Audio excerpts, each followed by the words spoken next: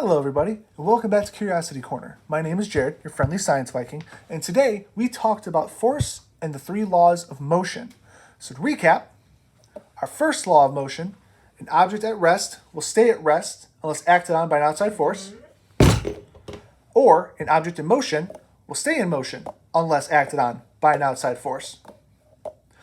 There's our second law of motion, all forces must agree before something can move, or force is equal to mass times acceleration. Meaning, gravity is the force pulling down, my hand is the force pulling up.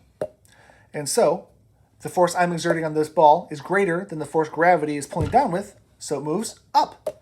And then it comes down because gravity will not be denied. Moving on. And finally, our third law of motion, every action has an equal and opposite reaction. Hence why things bounce. All right. Thank you so much for joining us today. Make sure you come back tomorrow. My friend Joy is going to be talking all about energy and I think blowing something up. Could be fun.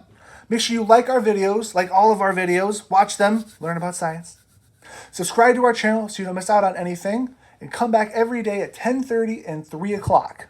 Make sure if you post about us, you tag us with the hashtag StayCuriousCLE, which I realize is backwards. We'll have to deal with that. Until next time, have fun, be safe, and as always, stay curious.